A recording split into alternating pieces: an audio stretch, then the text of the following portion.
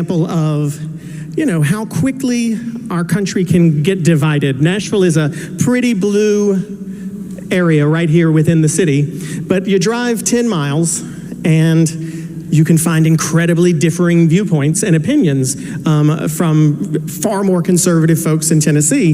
And it makes me sort of think and wonder, and we'll start with you, Tomi. Do you think that Republicans and Democrats see each other as fellow Americans anymore, or do you think that we've become tribal to a point that we don't even feel like we're the same country, even though we're so close?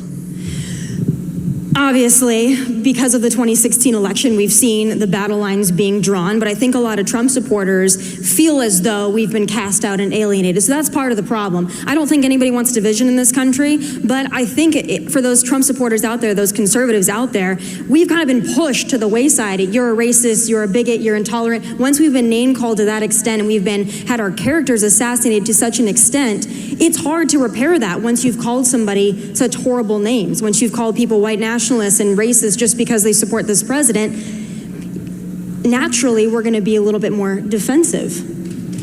Do you think, Anna, Anna, I'll just let you respond to that. It's the same question to you.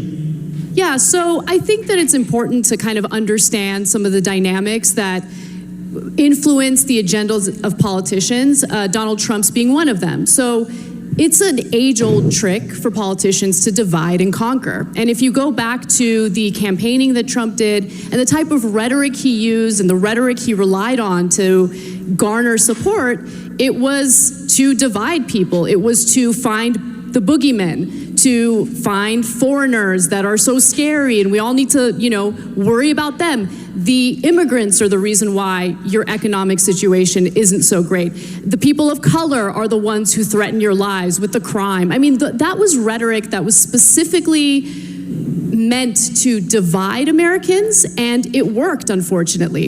And the thing is, I think it's important for people to really take responsibility for the rhetoric that they use in the various political debates that they engage in. So while I don't believe that every single Trump supporter is a racist or a bigot, you got to understand that when you have the president referring to people who take part in a white nationalist march as very fine people, well, he's basically making excuses for individuals who are literally chanting things like, the Jews will not replace us. They ran over a counter-protester, Heather Heyer, effectively killing her. And so when you have Trump supporters lining up to defend Trump's rhetoric in cases like that, well, then you have to understand why people would draw these types of conclusions about Trump supporters. It's bothersome. So let me just go on there first and foremost. To Tomi's point is that, politicians, have age-old trick, divide and conquer. Were you making the same claims, Anna, when Obama was president? And, you didn't build that? And what he was basically doing in terms of dividing the country along racial lines, blacks versus whites, and the rhetoric that was coming out of Obama at that time? Did you mention any of that thing? Did you mention the racism and the bigotry that was occurring at that point? No, I don't think you did. I never heard of it. I never heard anybody on the progressive side or anybody in the media. You guys were prostrating and genuflecting and bending over backwards and forwards, no Vaseline being used to get it up the shaft, from Barack Obama and his acolytes. And the same thing happened with so many others on the left. Black Lives Matter. They're not racist. They're not bigots. They're really? They're not? And then you have the audacity to say that this president and the conservatives and Republicans are, racist and bigots. The age-old trick is coming from your playbook, because all you do is, if you can't defend the position, you're a racist, you're a bigot, you're a homophobe, you're this phobe, you're that phobe, you're against everybody. If you look at the transcripts and you want to be true to yourself, what President Trump said at that thing in Charlottesville was what? There were people, and there are nice and fine people on both sides, but he wasn't talking about the ones that were marching to Nazi flags and doing the white power salute. He was talking about those people that were there to defend the statues and defend the history of this country. That's what they were doing there. To me, though, that Democrats It's bothersome to me that Democrats do not call out Antifa, that they do not call out the numerous cases of conservatives being attacked. And Anna, you and I have kind of developed an unlikely camaraderie, friendship, whatever you want to call it, over the last couple of months. But when we're talking about rhetoric, let's be fair, you coined me white power Barbie a couple of years ago.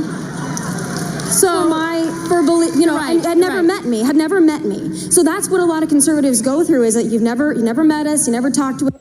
Now, I will say something in Anna's case. Listen, we all say things, and listen, if you can't, I understand white power Barbie, okay, it has its connotation, it has its underlying meaning. But listen, if you're going to enter into the arena of politics, if you're going to enter the arena of social media, if you're going to enter the arena of being a pundit on social media, political or anything else, you got to be able to take the stuff that comes at you, the name calling, the rhetoric, whatever the narrative that they try to form around you. Because look, they're doing what they have to do. They're doing their job, and same way here, we use hyperbole. A lot of times I talk about all the time that I place a lot of these people in the category what I call my acronym simmer, because they just simmer and they just stew in being so upset and so mad and they're never happy. They just simmer in it all the time. Democrats, progressives, moderates, the Hollywood hypocrites, the alphabet networks, they just simmer. SIMR stands for stupid, idiotic, moronic, and retarded. Okay, hyperbole. But sometimes we need something like that to get our point across. If I just say, you know what, they're just some, they don't know what they're talking about. Okay, fine. But you've got to add some oomph to it. So yes, she called her white power Barbie. Okay, all right. But you got to learn to take some of this stuff. And, both sides. So I think there is something to be said for, name. But if you can back your argument up with, examples and with what you're saying, and then you throw some of these modifiers in every once in a while to really make your point and get your point across, I'm perfectly fine with that. You look at our viewpoints, and all of a sudden you can say I don't agree with her politics, you can say I don't agree with what she says, I don't like the facts that she uses, I don't like her support for this president. But when you blanketly just call somebody a white power Barbie or a white nationalist because you disagree with their politics, that's going too far. That's rhetoric that's also dangerous. So I think that's a fair point, but I also think that it's important to understand what motivates that type of rhetoric, right? So look, when you are on television and you're saying things about how it's important for us to have as much access to guns as possible so we can defend ourselves against migrants at the border, that's effectively messaging to people we should shoot migrants as they're coming to the border to seek asylum. That's just so stupid. And just again, I have to say just what I said. There's a simmer going on again. The simmer is going on again. Stupid, idiotic, moronic, retarded. Just because you said that we need guns to defend ourselves means that's going out to say, you know what, start shooting people? I mean, what the hell? See, this is the problem, folks. This is the problem. This is what causes us to use the hyperbole that we use. That's actually taking that out of context. The language, look, and I think you have to understand, and you have walked back your commentary. I give you credit for that, because there are people on the right who will say things that incite violence. They will slander and and the left never does. The Democrats never do. The progressives never do. The moderates never do. The alphabet networks, they never do. The hypocrites in Hollywood, they never do. They never say anything bad. They never have any bad rhetoric that will cause harm and damage to people. Are you freaking kidding me? Fame, disenfranchised groups of people. And when they do incite violence, and you do have shootings like the one that just happened in El Paso, Texas, that was motivated by an anti-immigrant, agenda, well, they won't take responsibility. I do give you credit because you have walked back your comments, but I don't go around calling every Republican white power Barbie. I don't think that every Republican is a bad person, but I do think that as public figures, as people who have individuals who see us as an inspiration, we have an obligation to make sure that our language is careful, it's measured, and I've messed up. I want to take responsibility for the times that I've messed up. But I just think that you mischaracterize groups of people in a way that's unacceptable, and it directs more violence and more hatred toward them. You get more upset about unarmed black people getting shot and killed by cops than you do about the actual victims. You know, like, you support the cops. But why not support You're damn right I 12-year-olds support like cops. Tamir Rice? I will always who are support our law just enforcement simply officers. playing with a toy gun. I've given you a at very park. long time to talk. I've given you a very long time to talk. A couple of things that you said that I want to clear up. When I said I walk back my comments that were made, I never said we need guns so that we can defend ourselves against migrants coming across the border. I said we need guns because if you're refusing to protect and defend this nation with our borders, we as the American people have to have a means to protect ourselves because the government is not going to do it for us. And yes, I believe That's the Second vigilante Amendment. justice. That's vigilante justice. That is That's not outlawed. vigilante justice. Can we- That's the let's- Second Amendment. Let's That's the talk a Second little bit. Amendment. Let's talk a little bit not about your Second immigration. Amendment right. Let's talk about that immigration thing, though. I mean, I don't want to. We'll get to Second Amendment. Trust me. But I want to talk about that because you have mentioned that you.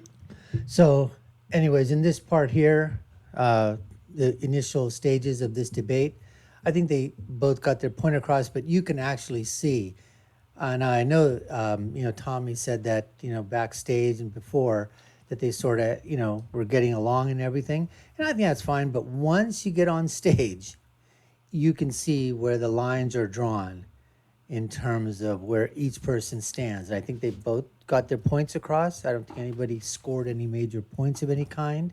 Tomi characterized, her positions. Anna basically is sort of trying to attack Tomi on basically, again, this is what they try to do, frame the perspective, frame the narrative, frame the debate around, white, elite, racist, bigot, this is what you've said before in your commentary and stuff like that. So I think in this regard here, pretty much even so far in the beginning stage of this debate. We appreciate you taking the time to watch. You've been watching the Dr. Nasir Shaikh Show.